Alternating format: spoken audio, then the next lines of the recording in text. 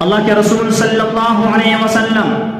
ارشاد فرماتے ہیں من تواضع للہ رفعہ اللہ ومن تکبر وضعہ اللہ، جو اللہ تعالیٰ کے واسطے تواضع اختیار کرتا ہے اللہ اس کو بلند مقام عطا کرتا ہے، اللہ اس کی نعمتوں میں اور اضافہ کرتا ہے، اللہ اس کی عزتوں میں اور اضافہ کرتا ہے، اللہ اس کی شہرتوں میں اور اضافہ کرتا ہے۔ جو اللہ تعالیٰ کے واسطے تواضع اختیار کرتا ہے، عاجزی اختیار کرتا ہے، مسکنت اختیار کرتا ہے، فرمایا کہ اللہ تبارک و تعالی اللہ کے رسول صلی اللہ علیہ وسلم نے کہ جو تواضع اختیار کرتا ہے ہم اس کو اور بلند مقام عطا کرتے ہیں۔ ومن تکبر وضعہ اللہ، اور جو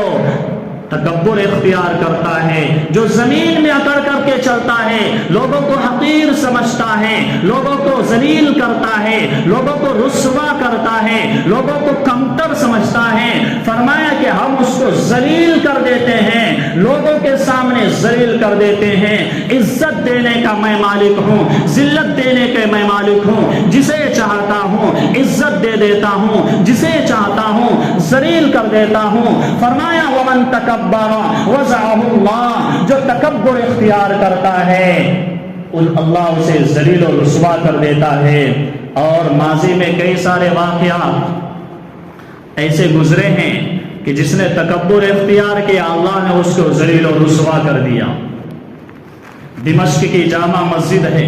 ایک خوبصورت نوجوان، ایک حسین و جمیل نوجوان، حسن و جمال کا پیکر نوجوان مسجد کے اندر داخل ہوا۔ ایک اللہ والا اسی مسجد کے اندر بیٹھا ہوا تھا۔ اس اللہ والے نے اس نوجوان کو دیکھا تو بہت ہی تعجب سے اس نوجوان کو دیکھنے لگا، بہت ہی تعجب اور حیرت کی نظر سے اس نوجوان کو وہ اللہ والا دیکھنے لگا۔ اس نوجوان نے جب دیکھا کہ ایک بڑے میاں ہے، ایک اللہ والا ہے، ایک بزرگ ہے، مجھے تعجب سے دیکھ رہا ہے، تو اس نوجوان نے کہا، اس خوبصورت نوجوان نے کہا جس کی ہائٹ بھی بہت اچھی، جس کا حسن و جمال بھی بہت اچھا تھا، اس نے اس بوڑھے میاں سے کہا کہ اے بڑے میاں مجھے کیوں دیکھ رہے ہو؟ کیا مجھے دیکھ کر حیرت زدہ ہو؟ کیا مجھے دیکھ کر تم تعجب کر رہے ہو؟ تو اس اللہ والے نے کہا، اس بوڑھے میاں نے کہا ہاں ہاں میں تیرے حسن و جمال کو دیکھ کر تعجب میں ہوں، میں تیری ہائٹ کو دیکھ کر تعجب میں ہوں، تیری قد و قامت کو دیکھ کر میں تعجب کر رہا ہوں۔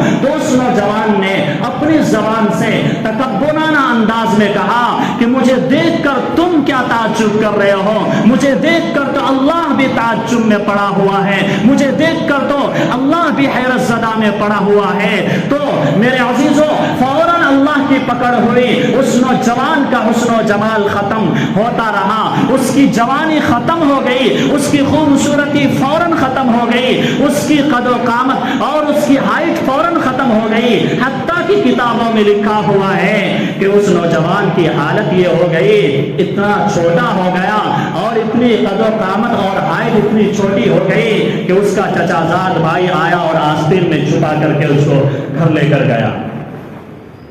تو میرے عزیزوں من تواضع للہ رفعہ اللہ، جو اللہ تعالیٰ کے واسطے تواضع اختیار کرتا ہے اللہ بلند کرتا ہے۔ ومن تکبر وضعہ اللہ،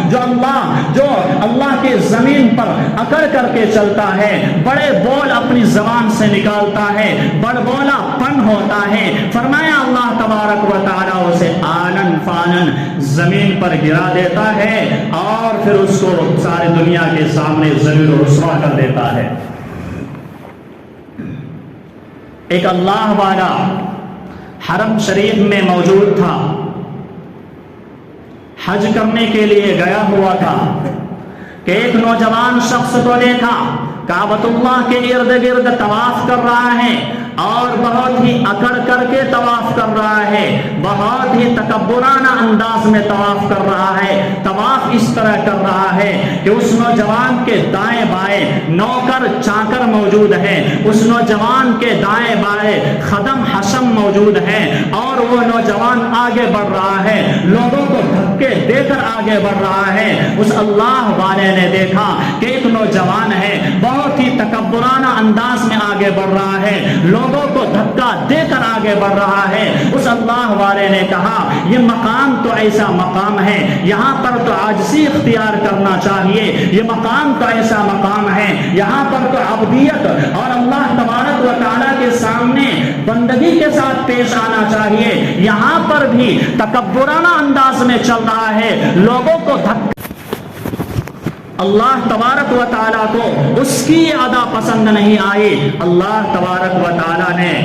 میرے عزیزو، وہ اللہ والا لکھتے ہیں کہ ایک زمانہ گزر گیا، طواف کرنے کے بعد میں بغداد کے سفر پر گیا، عراق کی سرزمین پر بغداد ایک جگہ ہے، فرمایا کہ وہاں پر میں گیا تو چوراہے پر میں نے ایک شخص کو دیکھا کہ جو اپنے ہاتھ میں پیالی لیا ہوا ہے، اپنے ہاتھ میں کٹورا تھامے ہوا ہے، اور وہ شخص لوگوں کے سامنے بھیک مانگ رہا ہے۔ اس اللہ والے نے اس کو دیکھا تو غور سے جب دیکھنے لگا تو اس نوجوان نے کہا کہ مجھے غور سے کیوں دیکھ رہے ہو؟ کہا کہ ایک زمانہ پہلے طواف کرتے ہوئے ایک شخص کو دیکھا تھا جو بہت ہی تکبرانہ انداز میں اور نوکر چاکر کے ساتھ، خادم کے ساتھ، خدم اور حشم کے ساتھ چل رہا تھا، لوگوں کو دھکے دے کر چل رہا تھا۔ اس نوجوان سے آپ کی شکل ملتی جلتی ہے، تو اس نوجوان نے کہا، وہ نوجوان کوئی اور نہیں، وہ میں ہی تھا کہ میں نے تکبرانہ انداز میں اللہ کے گھر میں لوگوں کے سامنے پیش آیا، اللہ نے میری ساری جائیداد کو، ساری زمین کو اور ساری عزت کو، شہرت کو ختم کر دیا، اور اللہ نے اس طرح ذلیل و رسوا کر دیا کہ میرے ہاتھ میں اللہ نے کٹورا تھما دیا، آج میں لوگوں کے سامنے ذلیل ہو رہا ہوں اور لوگوں کے سامنے بھیک مانگ رہا ہوں۔ میرے عزیزو، من تواضع للہ رفعہ اللہ، جو اللہ تعالیٰ کے واسطے تواضع اختیار کرتا ہے اللہ اس کو بلند مقام عطا کرتا ہے۔ ومن تکبر وضعہ اللہ، جو اللہ کے زمین پر چلتے ہوئے اکڑ کر چلتا ہے، جو اپنے اللہ کی زمین پر چلتا ہے تو اکڑ کر چلتا ہے، لوگوں کو حقیر سمجھتا ہے، لوگوں کو ذلیل کرتا ہے، تو میرے عزیزوں، اللہ عزت دینے والی ذات ہے، اللہ ہی ذلت دینے والی ذات ہے۔ وَتُعِزُّ مَن تَشَاءُ وَتُذِلُّ مَن تَشَاءُ، اللہ جسے چاہتا ہے ذلیل کر دیتا ہے۔ اس وجہ سے میرے عزیزوں، اس زمین پر رہو، اس زمین پر چلو، اس زمین کے نعمتوں سے فائدہ اٹھاؤ، عزت آپ کے پاس آ جائے، دولت آپ کے پاس آ جائے، شہرت آپ کے پاس آ جائے، آپ کی پہنچ اوپر تک ہو جائے، آپ جو ہے کبھی تکبر میں مت آنا۔ اگر تکبر میں آؤ گے تو اللہ ذلیل و رسوا کر دے گا، اور اللہ چند منٹوں میں ذلیل و رسوا کر دیتا ہے۔ تکبر تو میرے عزیزو یہ اللہ تبارک و تعالیٰ کی خاصیت ہے، اور اللہ تبارک و تعالیٰ کے لیے ہی مناسب ہے، اور اللہ تبارک و تعالیٰ کی ہی یہ شان ہے کہ اللہ تبارک و تعالیٰ تکبر کرے۔ مسلم شریف کی روایت ہے، اللہ کے رسول صلی اللہ علیہ وسلم حدیث قدسی بیان کرتے ہیں۔ حدیث قدسی کسے کہتے ہیں؟ حدیث قدسی کہتے ہیں کہ الفاظ رسول اللہ صلی اللہ علیہ وسلم کے ہو، لیکن باتیں اور کلام اللہ تبارک و تعالیٰ کا ہو، اس کو حدیث قدسی کہتے ہیں۔ میرے عزیزوں، حدیث قدسی میں اللہ تبارک و تعالیٰ ارشاد فرما رہا ہے، العزت عزاری والکبریاء ردائی، فرمایا عزت میری لنگی، میری تہبند ہے، والکبریاء ردائی، اور کبریائی اور تکبر یہ میری چادر ہے۔ ہم اور آپ بھی دو طرح کے لباس پہنتے ہیں، ایک جسم کے حصے کو، اوپر کے حصے کو چھپانے کے لیے، ایک نیچے کے حصے کو چھپانے کے لیے۔ اگر آپ کو سمجھ نہیں آ رہا ہے تو حرم شریف کا منظر حج کے موقع پر دیکھ لیجئے کہ دو ہی چادریں موجود ہوتی ہے، تو اللہ تبارک و تعالیٰ فرماتے ہیں کہ میرے بھی دو لباس ہیں، ایک العزت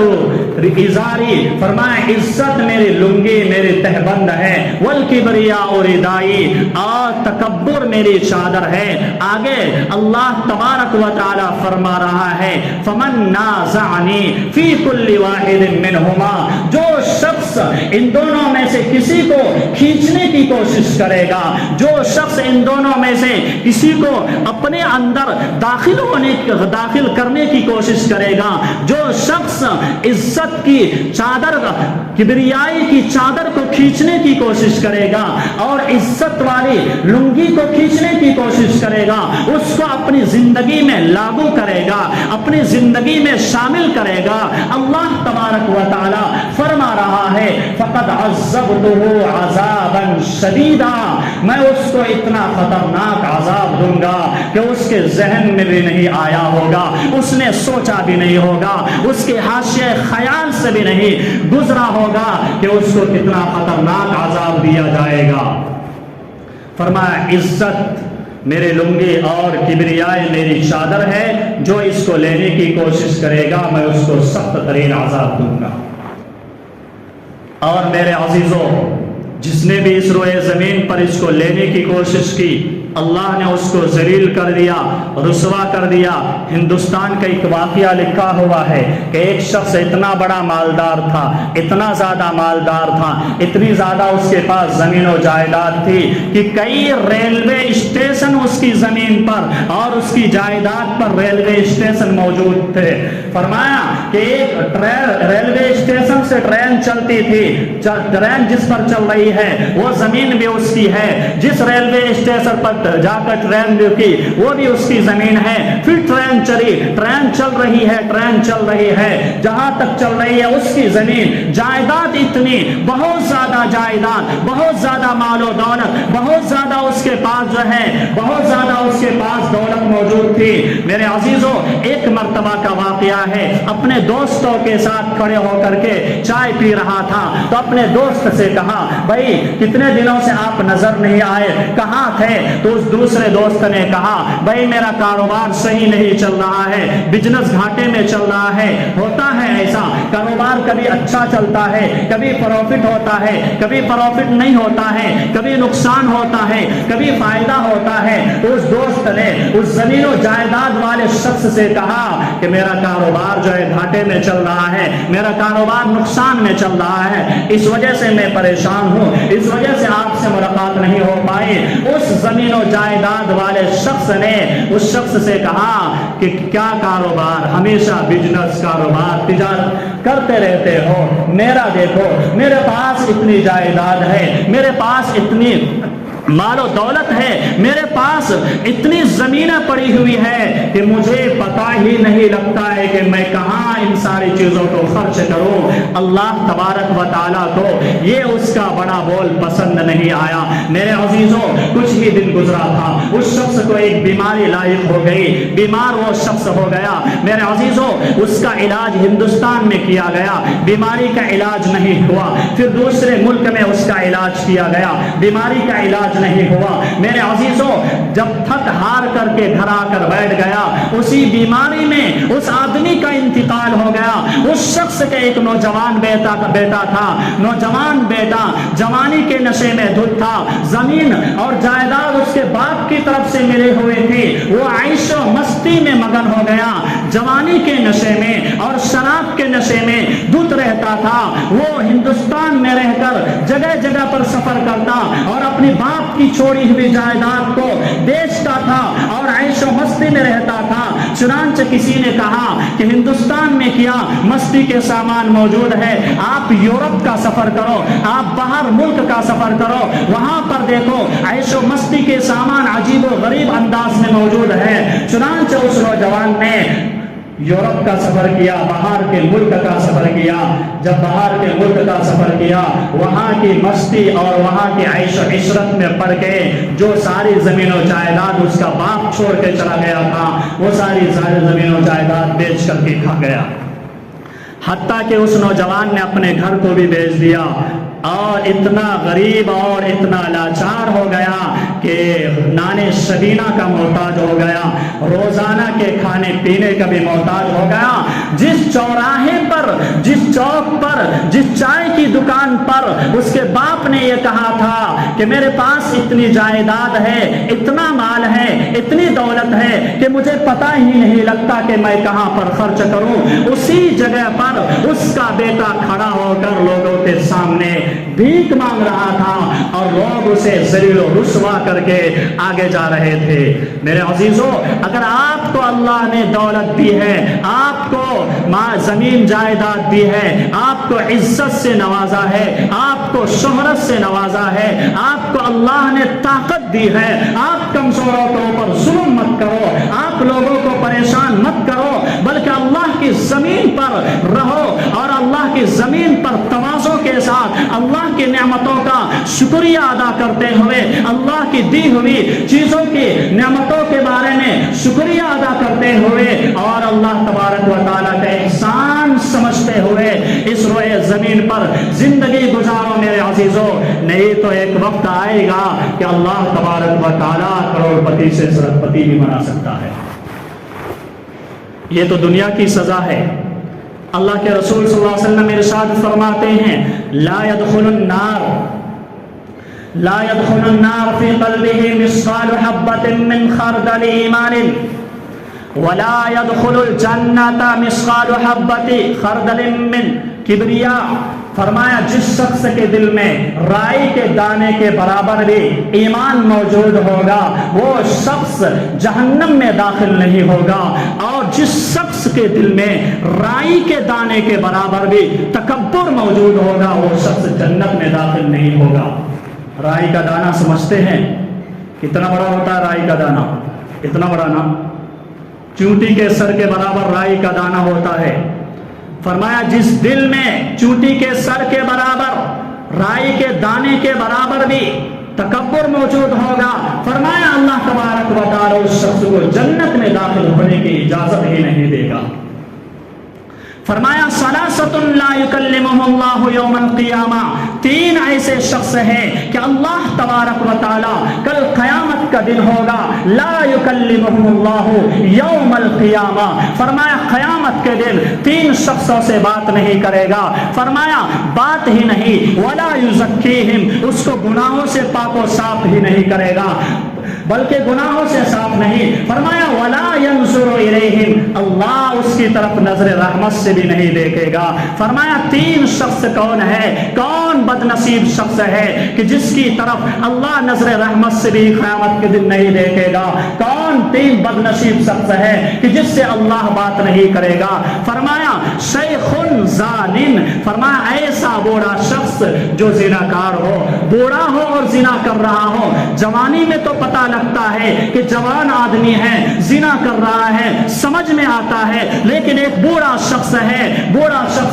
وہ بھی زنا کر رہا ہے، فرمایا یہ اتنا ذلیل انسان ہے، اتنا رذیل انسان ہے، اتنا خبیث انسان ہے، فرمایا کہ اللہ کل قیامت کے دن اس کی طرف دیکھے گا بھی نہیں اور اس شخص سے اللہ تبارک و تعالی بات بھی نہیں کرے گا۔ فرمایا دوسرا شخص وہ ہے ملک کذابون، کہ بادشاہ ہو اور جھوٹ بول رہا ہو، ایک آدمی کمزور ہے، معذور ہے، پریشان حال ہے، ایک آدمی معذور ہے، پریشان حال ہے، کمزور ہے، تو پتا چلتا ہے کہ وہ جھوٹ بول رہا ہے، لیکن ایک طاقتور شخص ہے جھوٹ بول رہا ہے، سمجھ میں نہیں آتا ہے۔ فرمایا کہ اللہ تبارک و تعالی اس شخص کو بھی جو ہے، اس شخص کی طرف بھی اللہ تبارک و تعالی نظر رحمت سے نہیں دیکھے گا۔ تیسرا شخص ہے